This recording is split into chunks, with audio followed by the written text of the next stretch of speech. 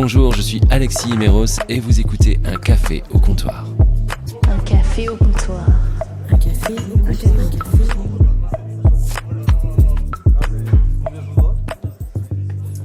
Un café au comptoir. Mon invité du jour est de ceux que l'on interviewe rarement. Pourtant le micro il connaît. Il en a vu passer des centaines, sinon des milliers. Il a à son actif 37 ans de maison. Mais dans une maison comme il n'en existe qu'une, elle est ronde et concentre en son cœur ce qu'on sait faire de mieux en France en termes de création, de diffusion et de partage de la culture. Et cette maison, celle de la radio, l'homme qui se tient en face de moi doit en connaître probablement le moindre recoin. Tous les couloirs, les bureaux, les studios, excepté les placards qu'il a soigneusement su éviter. En professionnel avisé qu'il est, son credo, la culture. Laquelle ? Toutes. Féru de cinéma, il vous parlera cependant aussi bien de musique actuelle que de musique savante, ou de théâtre, d'art contemporain et même de mode, même si son goût pour elle ne se remarque pas au premier coup d'œil. Mais peu importe, il a rencontré pour ses entretiens radiophoniques la fine fleur de la création mondiale actuelle. Rien que dans le cadre de ses masterclass sur France Culture, il s'est entretenu avec Wim Wenders, Salman Rushdie, Paul Auster, la poétesse Laura Kashishke, John Irving, mais aussi avec des personnalités aussi diverses que Philippe Catherine, Amélie Nothomb, Agnès B, Jean Nouvel, Orlan et j'en passe. Et je suis sûr que la ministre de la Culture ne possède pas son réseau, pas plus que ses connaissances sur la carrière de tel ou tel artiste, qu'il soit reconnu ou qu'il le soit moins. C'est vrai. Car mon invité est un bosseur qui s'astreint à une rigueur que l'on croyait disparue. Il lit les livres de ses invités. Il écoute la musique qu'il évoque. Il regarde les films dont il fait la critique. Et ça peut paraître évident, mais ça n'est pas pour tout le monde. Certains ne le font pas, croyez-moi. Alors pour lui, la curiosité et le sérieux sont les bases de son métier. J'ai donc moi-même pris le temps d'écouter les émissions longue durée de mon invité afin d'en apprendre davantage sur son style et son tempérament, avant d'en discuter le plus simplement du monde dans un café, véritable annexe de la maison de la radio, les ondes, où je vais prendre avec lui un café au comptoir. Bonjour Arnaud Laporte. Bonjour, j'ai failli partir hein. Quand vous avez évoqué le fait que la mode, mon goût pour la mode ne se voit pas, j'ai assez mal vécu. Pas au premier coup d'œil. J'ai assez mal vécu. Ne suis-je pas élégant ? Mais totalement élégant. C'est complètement radiophonique. Je pense qu'on y reviendra tout à l'heure en fait, sur la mode, j'ai une question là-dessus. Okay. Mais après 37 ans à passer la porte du bâtiment tout proche, ça vous évoque quoi quand vous regardez la maison de la radio, quand vous prenez le temps de la regarder, qu'est-ce qui vous vient à l'esprit ? Alors, comme nous nous retrouvons au café Les Ondes, brasserie au coin de la maison de la radio, je vais vous apprendre quelque chose que je n'ai jamais dit. Alors là, attention, premier scoop. La première fois que je suis venu ici, c'était en 1983, il y a donc plus de 40 ans. J'ai déjeuné ici. Ondes. J'habitais pas encore Paris à l'époque, j'ai grandi à Montpellier. J'ai déjeuné dans cette brasserie, Les Ondes, et à ma table, il y avait Salvatore Adamo. Alors là, grand chanteur. Ça vous bluffe, ouais. J'espère bien. À la longévité artistique. Voilà. Il est toujours là, moi aussi, mais il a commencé bien avant.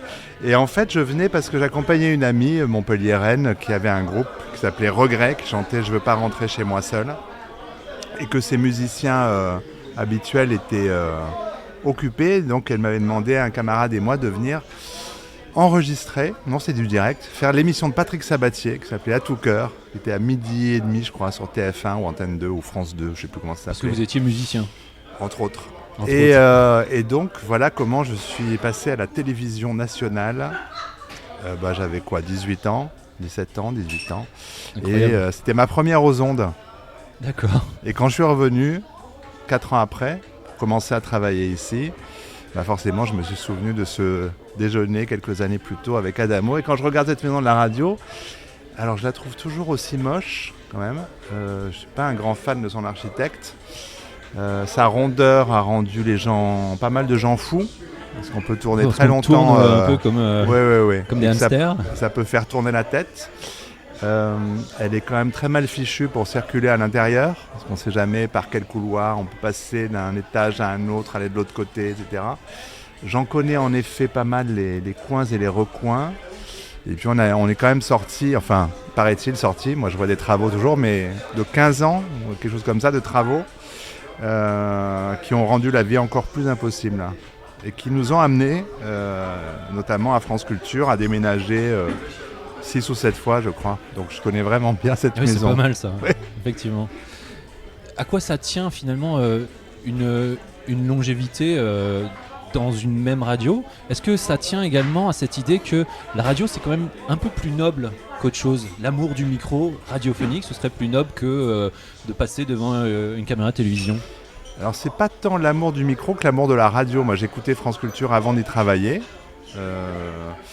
Et donc quand je suis monté à Paris, Parce que forcément, ça a dû se proposer à certains moments de votre carrière, à plusieurs moments. On a dû vous dire pourquoi pas des chroniques, pourquoi pas. oui, j'ai fait quelques brefs passages télévisés, j'ai eu pas mal de contacts, mais en fait on parlait pas vraiment la même langue. C'est-à-dire que pour faire des chroniques ou autres à la télévision, il faut parler de gens vivants, connus, il faut être drôle et brillant et tout ça en moins de 3 minutes. Et c'est à peu près, non pas l'opposé de ce que je fais. C'est mais... l'idée de prendre le temps qui est intéressant.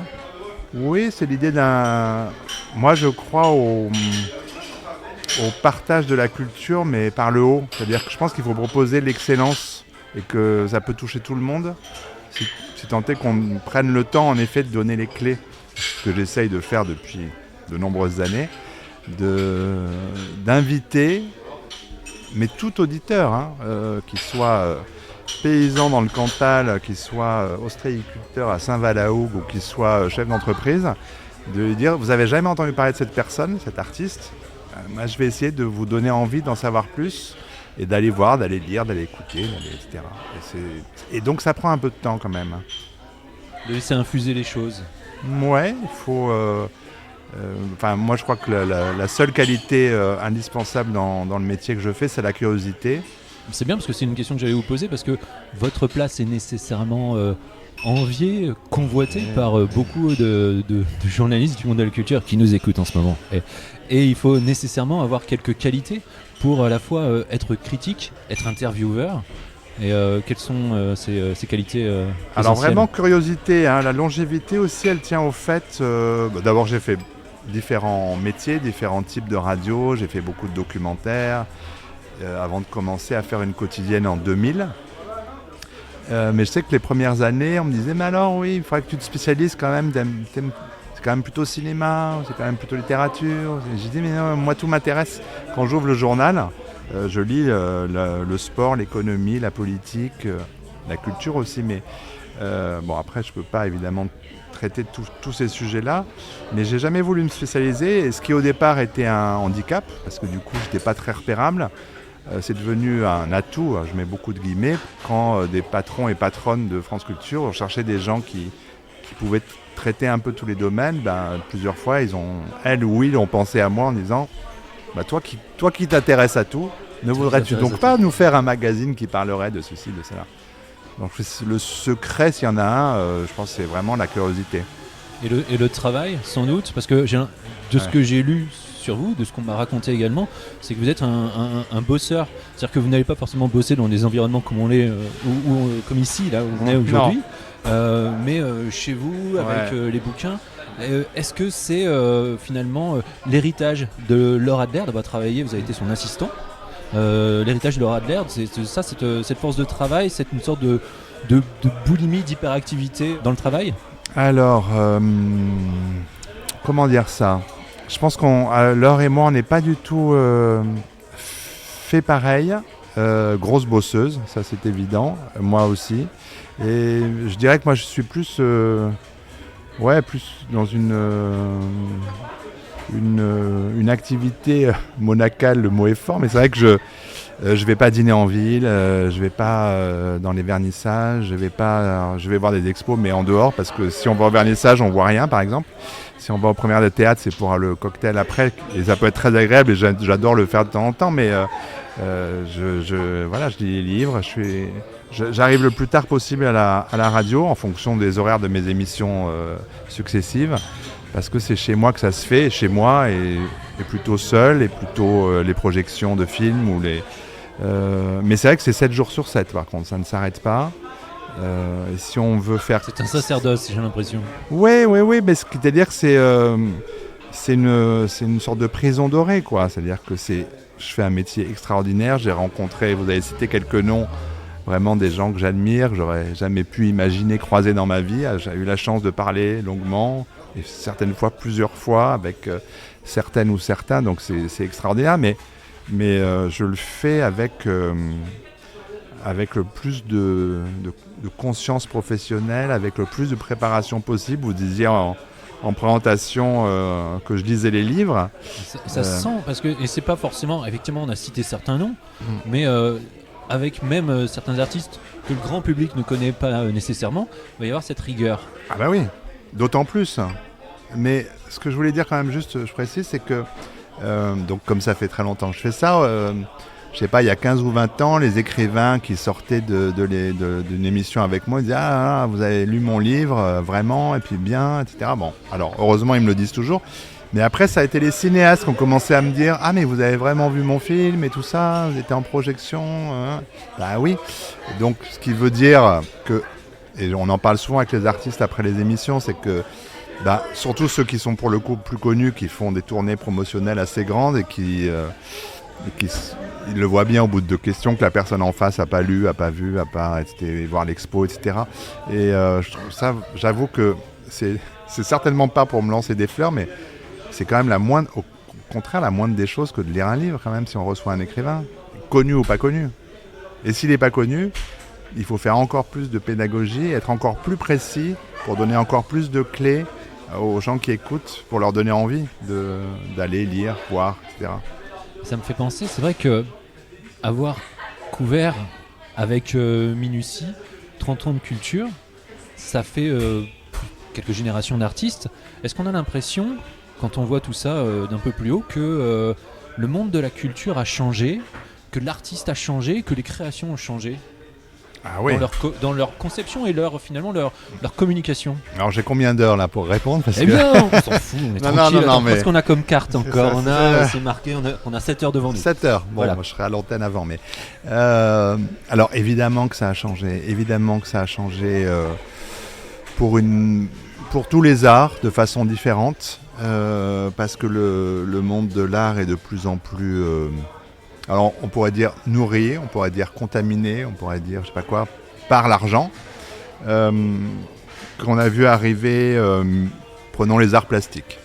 Allez, on a vu arriver toute une nouvelle génération qui sont plus doués pour faire des dossiers présentant leur travail que dans leur travail même. C'est-à-dire qu'on va cocher les bonnes cases, c'est valable aussi pour le théâtre, hein. On va traiter les sujets c'est-à-dire que Sophie dans l'air du débuts, temps. n'avait pas de dossier de presse aussi bien fait. Ah ben non. Il n'y en avait pas du tout d'ailleurs.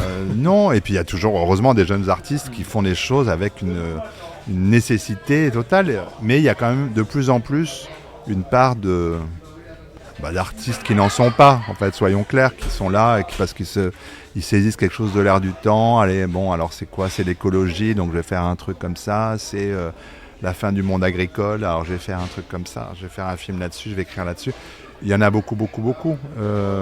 Ça, c'est pour une part une forme de cynisme, on va dire. Comment arriver à se faire une place en étant dans l'air du temps. Et puis après, on le voit bien et dans le cinéma et dans le monde des arts plastiques, la part de l'argent privé est de plus en plus grande. On ne peut pas monter une grande exposition aujourd'hui dans une institution si on n'a pas un mécène très important. Les fondations fleurissent parce qu'elles ont plus de moyens, elles font des super expositions. Ça change la donne. C'est-à-dire que si vous êtes collectionné par Bernard Arnault, tout d'un coup, votre valeur monte. Précisément. Artificiellement quand même. C'est pas parce que vous êtes acheté par Bernard Arnault que vous êtes bon ou mauvais. Enfin, ça n'a pas de sens tout ça. Est-ce que la part l'influence des réseaux sociaux également joue beaucoup là-dessus? C'est-à-dire que quelquefois on va avoir certains artistes qu'on va mettre sur un piédestal simplement parce qu'ils ont énormément de followers, ou d'autres on va complètement passer outre alors parce qu'on ne les voit pas et parce que finalement ils ont peu de renommée sur les réseaux. Alors il y a vraiment quelque chose, évidemment, j'enfonce une porte ouverte de générationnel. Les artistes les plus jeunes communiquent le plus naturellement du monde. C'est beaucoup maintenant Instagram, maintenant que Elon Musk a sévi sur X, c'est quand même, il y a une sorte de désertion quand même qui est notable. Instagram, TikTok évidemment pour on va dire plus le le monde musique, mode, design, des choses comme ça. Cinéma aussi, cela étant. Je crois que il y a beaucoup d'artistes qui prennent beaucoup de goût à avoir cette interaction avec leur public de façon très directe. Il y a aussi, et c'est formidable, plein de gens qu'on a pu découvrir par des petites vidéos Insta. TikTok, c'est un peu plus court, mais Insta, il y a des tas de gens en musique ou en stand-up, par exemple, qui ont percé comme ça, et ça, c'est formidable. Et qu'est-ce qui fait que vous arrivez à être étonné encore aujourd'hui ? Parce qu'on peut se dire, bon, allez, j'ai tout vu, plus rien ne m'étonne. Il y a ce risque d'être un peu blasé, j'imagine. Alors ça, c'est la chanson d'Orelsan, ça, plus rien ne m'étonne, mais ça date. Mais des fois, je me demande, je vois un spectacle, 2 spectacles, 3 spectacles au théâtre que je trouve vraiment pas bon. Je me dis, oh là là, est-ce que justement je suis blasé ? Est-ce que j'en ai trop vu, etc. Et puis, le 4e ou le 5e, tout d'un coup, je décolle du fauteuil et... Heureusement que je ne suis pas blasé. Je veux dire, il y a des le talent fait légion, mais le génie est plus rare. Oui, forcément.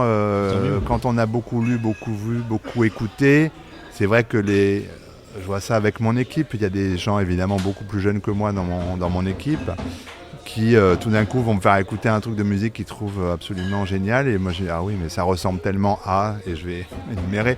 Et pareil pour le théâtre, je vais dire ah bah oui, mais ce metteur en scène, il a beaucoup vu celui-là parce que franchement il reprend. Donc disons que connaître beaucoup, ça permet de voir ce qui est réellement original, ce qui est une écriture au sens large, originale d'un artiste, et ce qui est du recopiage, de l'inspiration très forte, pour pas dire du pompage.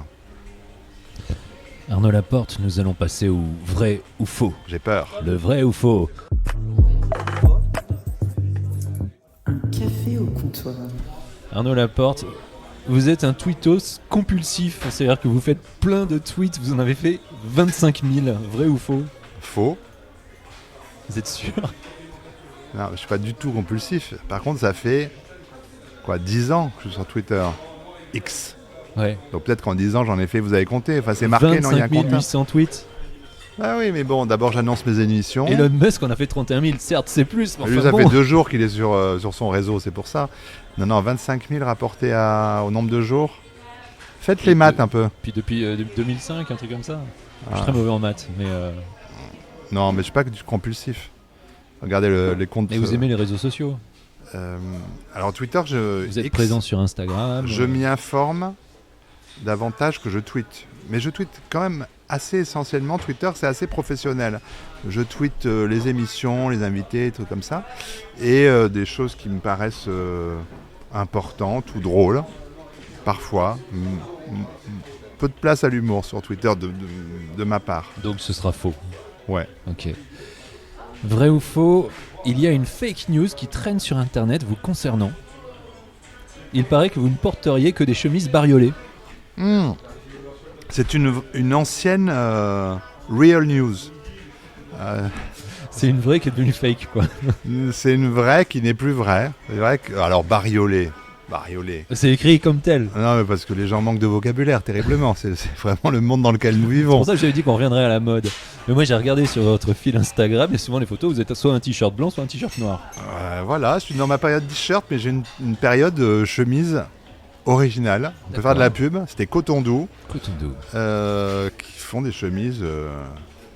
J'en ai plein mon placard. Et je me dis qu'un jour, ça reviendra la chemise. Vous les gardez. Mais elle ne sera pas bariolée. Vrai ou faux ?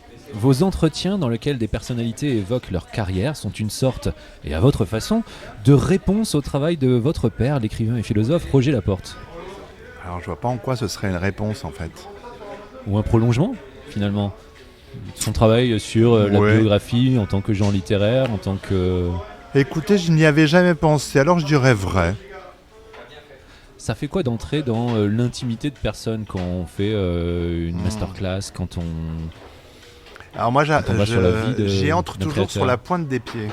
Tout ce qui relève de la vie privée, j'essaye d'éviter, sauf quand ça a un sens par rapport au travail artistique.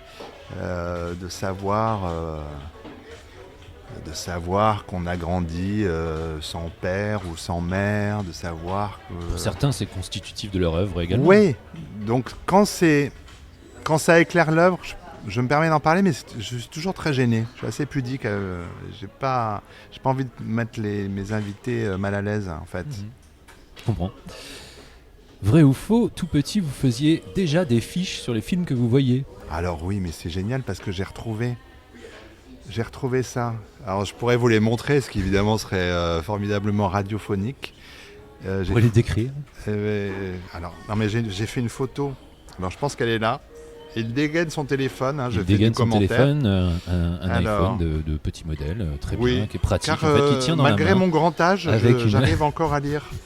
Non, c'est pas ça. Mais alors je l'ai fait. Alors c'est marrant parce que avec je une sais audacieuse pas coque bleue qui va très bien Oui, avec sa veste de costume alors, qui est du même bleu électrique. Cette promesse va s'avérer complètement infondée parce que je crois que je ne vais pas retrouver le document. C'est une fake news. Ce n'est pas une fake news, mais j'ai retrouvé. Bon. Nous entrons dans l'univers dystopique. Je vous communiquerai la chose via un MMS. Avec grand plaisir. Car en fait, alors j'ai retrouvé depuis 80... Non, même avant 77 ou 78. J'ai commencé à aller seul au cinéma quand j'avais 11 ans, ça je m'en souviens bien. Seul, sans mes parents et même tout seul. J'allais au cinéma à partir de 11 ans. Et donc je notais sur les petites fiches Bristol tous les films que je voyais et surtout je les notais au sens je leur donnais des notes et j'ai établi une liste de critères, c'est ça que j'ai retrouvé, que je vais vous envoyer. Génial. Car je n'ai qu'une parole. Un film Mozart que vous avez chroniqué à cette époque? Chroniqué, c'est un bien grand mot. Noter alors quelle époque?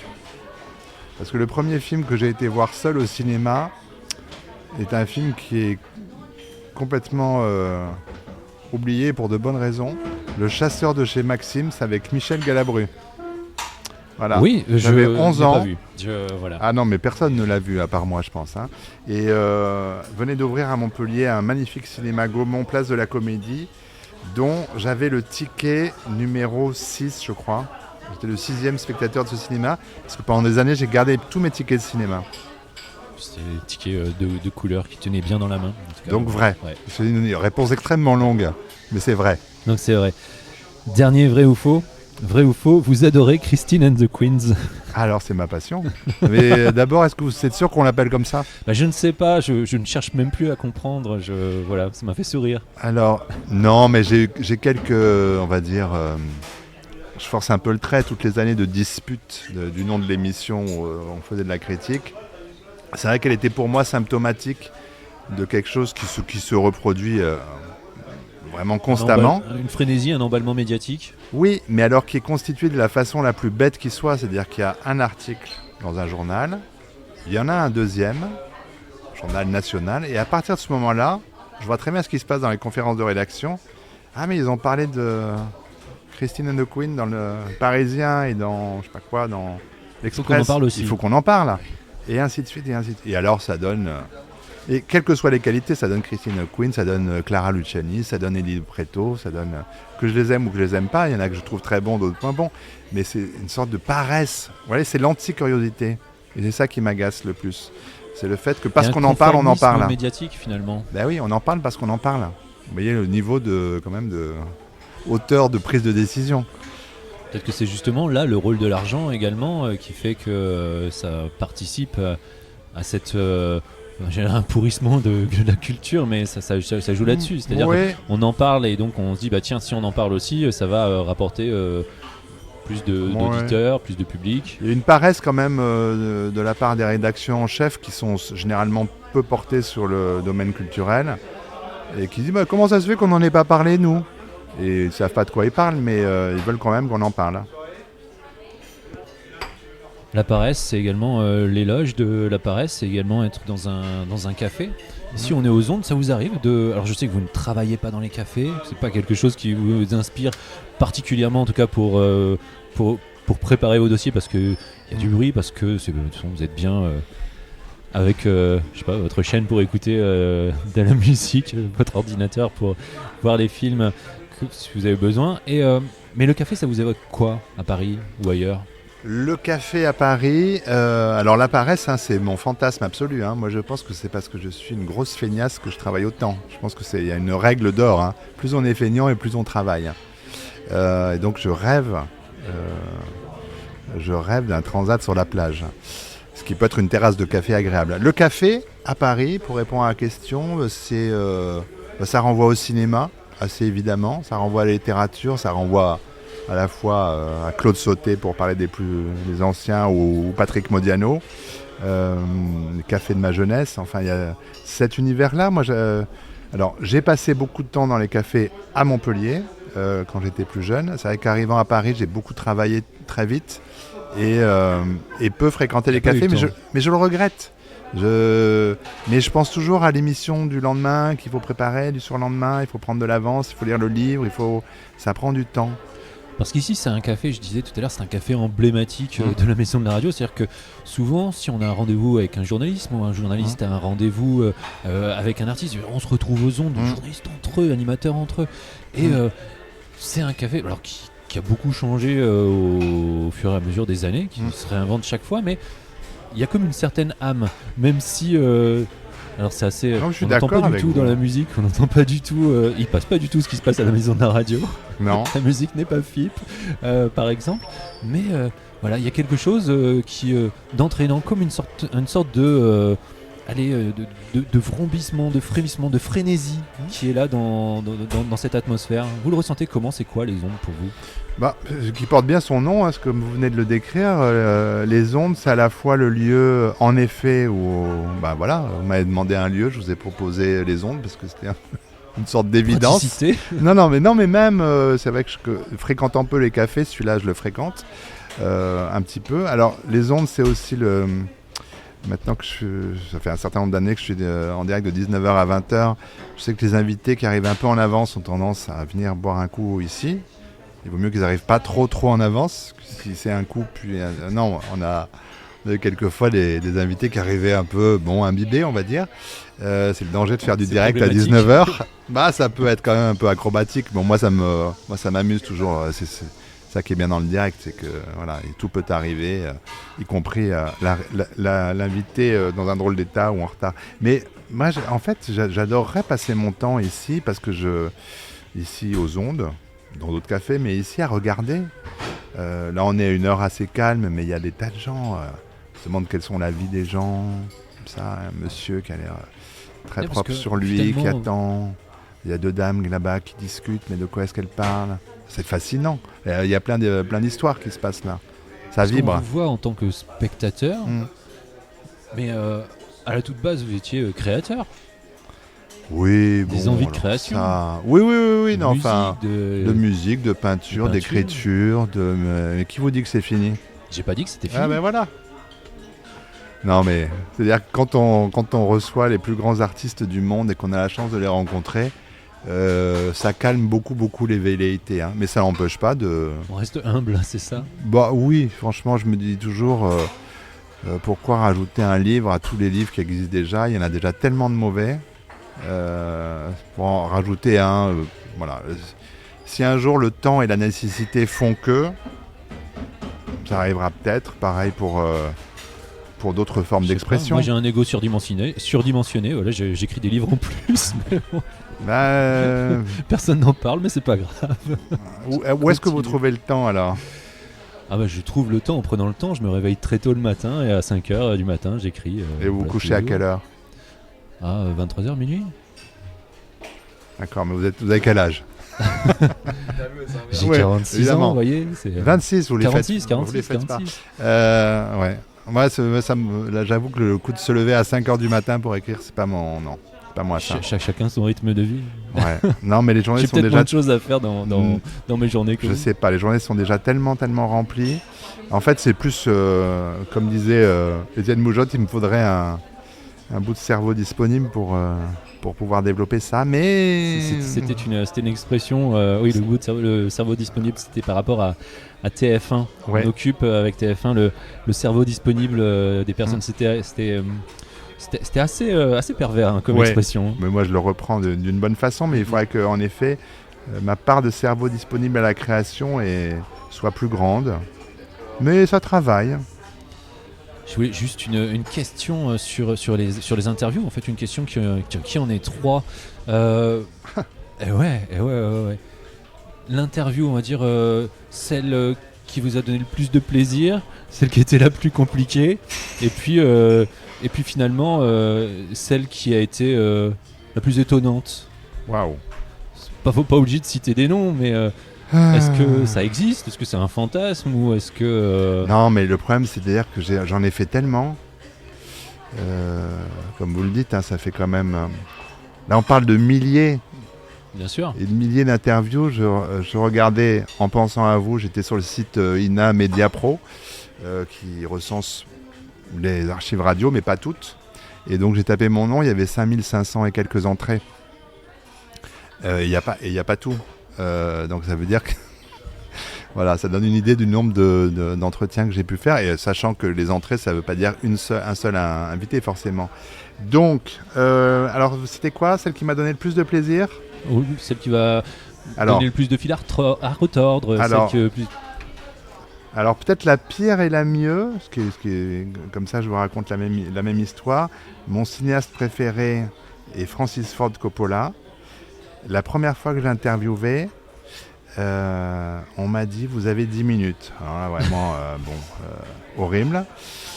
Et donc, comme font les Américains, il y avait son attaché de presse debout derrière son fauteuil et qui sort le chrono, quoi. Et au bout de 7 minutes, elle me fait le signe il faut s'arrêter. Donc je crois que j'ai fait 8 minutes avec vraiment mon idole. J'en ai pas mal, mais lui quand même, voilà, au-dessus de tout. Et donc, la fois suivante, avec le même Francis Ford Coppola, qui revenait pour un autre film, j'ai dit, bon, bah là, moi je veux 45 minutes ou rien.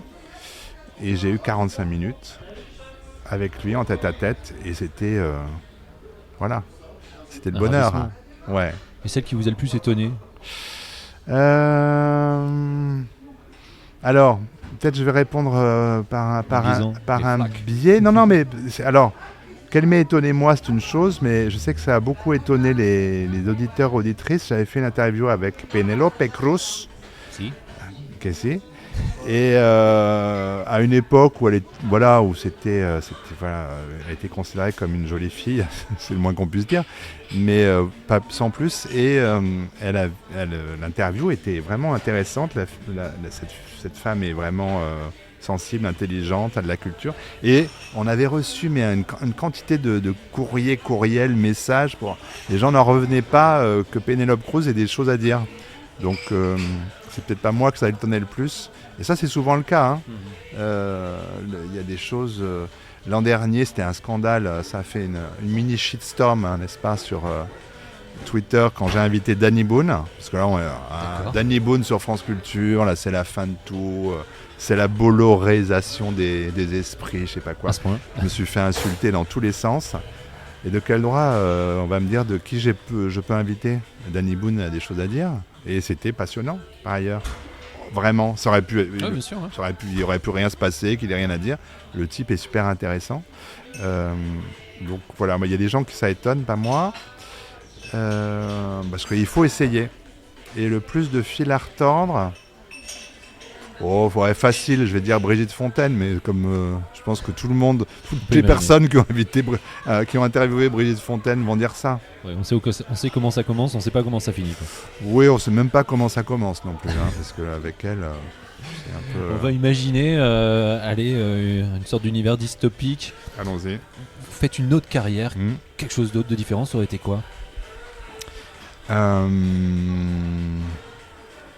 Donc, l'autre carrière de rêve ou l'autre carrière... Au choix. Alors, l'autre carrière de rêve, c'était donc écrire un roman, évidemment, qui rencontre un succès phénoménal, que j'adapte moi-même au cinéma. Logique. Je réalise le film, dont j'écris la musique, la bande originale, et dont je peins l'affiche. Voilà. Il n'y a plus qu'un. C'est modeste. Il n'y a plus qu'un. Non, c'est vraiment un rêve. Non, une autre vie, je sais pas ce que ça aurait pu être vraiment. On va imaginer que vous reprenez un café ou vous en créez un. Ouais, Mais pour ça, il faut répondre à plusieurs questions. Il faut connaître bien sûr. l'art du barista, tout ça. Moi, j'en ai 3 de questions. D'accord. Alors, la première sera: pourquoi utilise-t-on généralement des tasses en céramique pour servir du café? Pour que ça reste chaud dedans et que ce soit pas chaud dehors. Ben, elles conservent mieux la chaleur. Donc, on va dire. Et on c'est peut bon. les tenir sans se brûler les mains. Exactement. Quelle est l'histoire derrière l'ajout d'une rondelle de citron dans une bière blanche? J'aime pas la bière. Enfin bon, vous savez, peut-être que, je sais pas, vous pourriez faire coiffeur, vous n'avez pas de cheveux, c'est pas grave. Ouais, c'est vrai, il y en a, non? Hein? Des coiffeurs chauves. Oui, il y a des coiffeurs. La rondelle de citron dans la bière blanche. Alors, ne sais pas. On Donc, essaie de voilà, me souffler, c'est- mais À l'origine, Ouais. dans les bières blanches belges, le citron c'était pour neutraliser les mauvais arômes. Tout ce qui était, tous les arômes indésirables étaient neutralisés par le citron. là c'est le vrai ou faux, non? Parce que ça c'est faux à mon C'est avis. vrai, hein. c'est absolument vrai. C'est absolument vrai. Ça donne une touche de fraîcheur à la bière. Allez, quelle est la signification historique derrière Americano pour les cafés? Un Americano, s'il vous plaît. Qui dit ça en fait? Non, beaucoup de monde. Non mais c'est uniquement dans votre immeuble en fait. Dans tous que les cafés quelqu'un dit ça, non? Dans tous les cafés prétentieux de Paris, on peut demander un Ah mais je Americano. les connais pas moi les cafés prétentieux de Paris. Vous n'ouvrirez Mais pas vous de qui y café. passez vos journées, vous allez nous dire. En fait, c'est la référence, ça remonte à la Deuxième Guerre mondiale, avec les Américains qui étaient venus en Europe, qui pour avoir un peu le goût du café filtre américain, Ah oui, dégueulasse. demandaient plus d'eau Ah oui, c'est dégueulasse. dans l'expresso qu'on avait, donc ça donnait un Americano. Ah oui, non mais ça c'est vraiment la chose à ne pas boire ça. Ça c'est vraiment le drame des États-Unis. C'est qu'on peut pas boire un café, c'est de l'eau chaude un peu teintée, c'est dégoûtant. Mais ce que vous avez oublié de me demander, c'est si j'ai été barman. Et la réponse est oui. Incroyable, mais quand?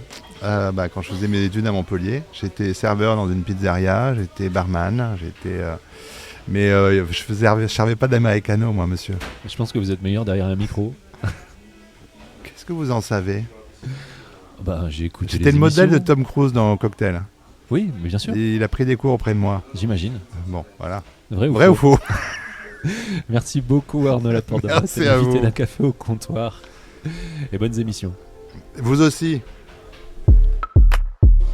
Vous pouvez retrouver Arnaud Laporte du lundi au vendredi sur France Culture à 19h dans Affaires culturelles. Vous avez écouté un café au comptoir. Petit mot habituel de chaque fin de podcast, eh bien, allez sur Apple Podcast, mettez 5 étoiles, c'est encore mieux. Et puis surtout, laissez-nous un petit mot pour expliquer comment c'était bien ce podcast, comment vous l'avez aimé. Vous mettez n'importe quel pseudo, on s'en fout. En tout cas, nous, ça nous offre de la visibilité. Allez partager ce podcast avec vos amis, vos collègues, votre famille, allez, qui vous voulez. En tout cas, merci d'être ici et à très très très très bientôt pour un nouveau café au comptoir.